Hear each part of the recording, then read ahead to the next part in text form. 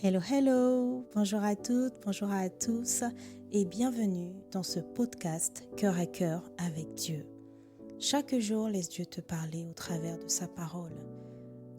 Dans ce podcast, nous partagerons des exhortations brèves, puissantes et guidées par l'amour pour t'aider à méditer les Écritures profondément, verset après verset, pour t'aider à guérir, à être éclairé, affermi, mais surtout faire la rencontre de Dieu telle que tu ne l'as jamais connu, afin de vivre une relation intime et vivante avec lui.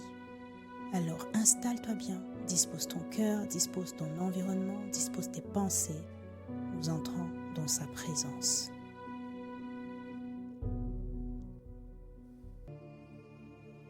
Hello bien-aimés, au fois que vous allez bien, par la grâce de Dieu, s'il y a la santé, il y a le souffle de vie. Alors le Seigneur est fidèle, il n'est pas un menteur. Il a renouvelé son souffle de vie. La parole déclare dans Lamentation 3, versets 22 à 23 de mémoire. Les bontés de l'Éternel ne sont pas épuisées, elles se renouvellent chaque matin. Alors si tu es encore là à écouter ce message, bien-aimé, c'est que les bontés de l'Éternel se sont renouvelées. C'est un sujet d'action de grâce. Alors nous te disons merci Seigneur pour cette nouvelle opportunité de passer du temps dans ta présence. Ce n'est pas un acquis, nous refusons dans nos vies à jamais de le considérer comme un acquis. Et nous voulons toujours faire monter un parfum, un sacrifice d'action de grâce, oui, parce que tu es digne.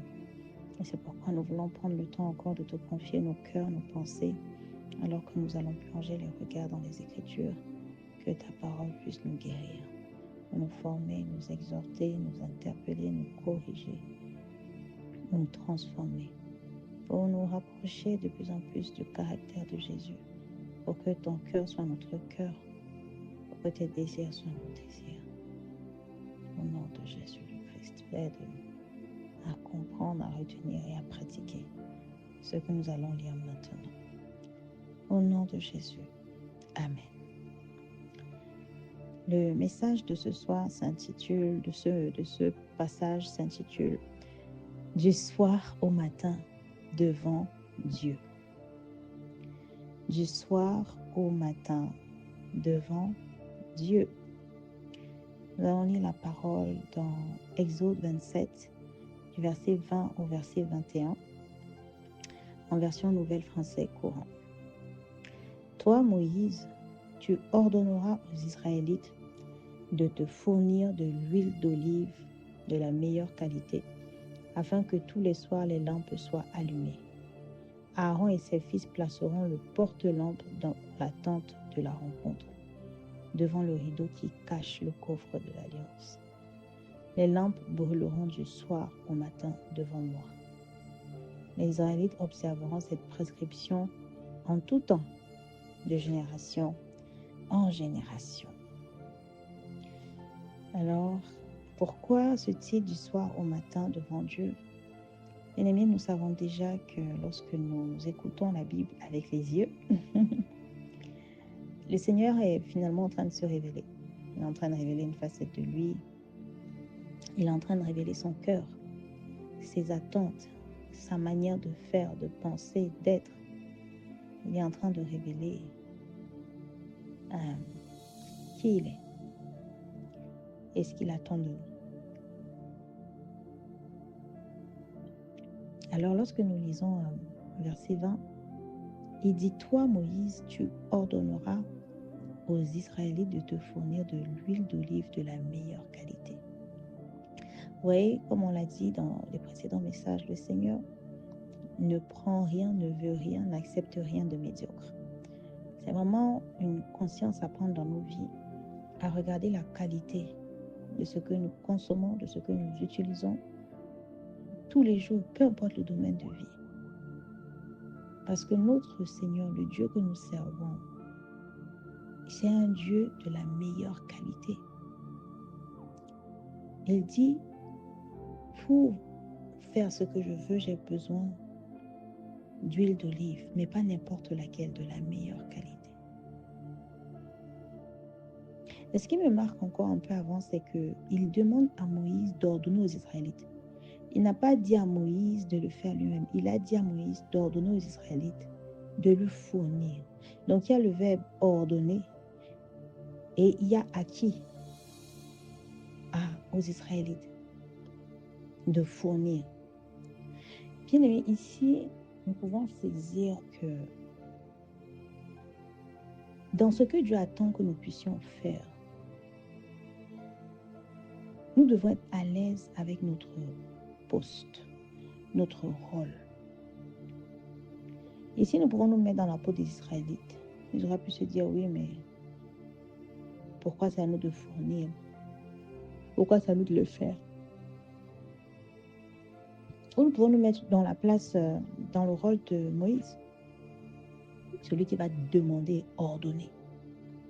Mais dans les deux cas, regardez, nous sommes dans la volonté de Dieu, nous sommes dans l'instruction divine. Une manière de dire que tu sois leader, nous sommes tous des leaders d'ailleurs, Amena est des leaders, mais que tu aies un poste à responsabilité, un responsable de groupe, ou que tu es déjà un troupeau de brebis, nous devons être à l'aise avec le fait de donner des instructions de la part du Seigneur. Parfois, il y en a qui ont des frustrations. Alors, je m'adresse vraiment ici à une catégorie de personnes. Parfois, il y en a qui ont des frustrations à donner des instructions alors ça vient du Seigneur et pour différentes raisons, on peut se retrouver en train de ne pas obéir au Seigneur. Peut-être à cause du regard des autres, peut-être à cause d'autres blessures. Mais il est important, en fait, de respecter et de transmettre les instructions du Seigneur. Et puis, si on regarde comme les Israélites, c'est toujours s'assurer d'obéir. D'obéir. Chacun est à sa place et c'est ce qui amène au résultat que les lampes brûleront du soir au matin. Ne pas prendre la place de quelqu'un d'autre. Ne pas prendre un rôle qui ne nous a pas été attribué. Ne pas porter des charges que nous n'avons pas reçues. Ne pas répondre à des requêtes que nous n'avons pas reçues. Bien-aimés, tout ça est applicable dans la vraie vie, dans chaque domaine de vie. Ordonne aux Israélites de te fournir de l'huile d'olive de la meilleure qualité.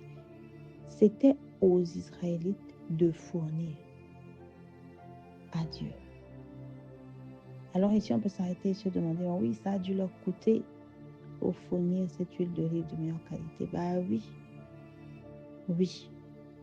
Un point ici pour souligner, bien aimé, que dans toute chose, même dans ce que le Seigneur va nous demander de faire, il y aura toujours un prix à payer. Il y aura toujours un prix à payer. Et le Seigneur est clair ici, il veut que les lampes brûlent du soir au matin. Ça veut dire que d'une manière ou d'une autre, devra avoir toujours une disponibilité de l'huile pour respecter l'instruction du Seigneur, que les lampes doivent brûler du soir au matin devant lui. Alors, du soir au matin devant Dieu, en réalité, parce que c'est la requête de Dieu. C'est ce qu'il attend. Il attend que la lumière soit toujours allumée dans la nuit. Alors, moi, ça m'a frappé, oui, parce que c'était vraiment comme une révélation dans le sens où, en fait, Dieu nous attend vraiment à ses pieds dans la nuit. Il nous attend à ses pieds dans la nuit. Il y a comme un message ici d'être constamment en train de briller, comme la parole qui dit, vous êtes la lumière du monde. On ne pose pas une lampe sur un chevet pour finalement la cacher, mais pour qu'elle éclaire au-dessus de la montagne. J'ai paraphrasé. Mais vous voyez, nous sommes des lampes, nous sommes des lampes. Nous transmettons, nous apportons la lumière. Il y a deux points qui montent ici. C'est vraiment que nous le faisons à la demande de Dieu ici, devant lui. Donc nous restons connectés à lui, ancrés en lui, intimes avec lui, en communion, en communication avec lui. Nos lampes sont allumées ainsi et il précise le quand la nuit. Mais le deuxième point, c'est que nous restons aussi allumés en réalité, en tout temps. Et dans le monde. Mais bien aimé, nous devons saisir ici que Le Seigneur nous attend à ses pieds. Il nous attend seul à seul dans le calme avec lui. Voilà ce que lui-même demande. Les lampes brûleront du soir au matin devant moi. Il veut voir des lumières devant lui. Et il précise, les Israélites observeront cette prescription en tout temps, de génération en génération.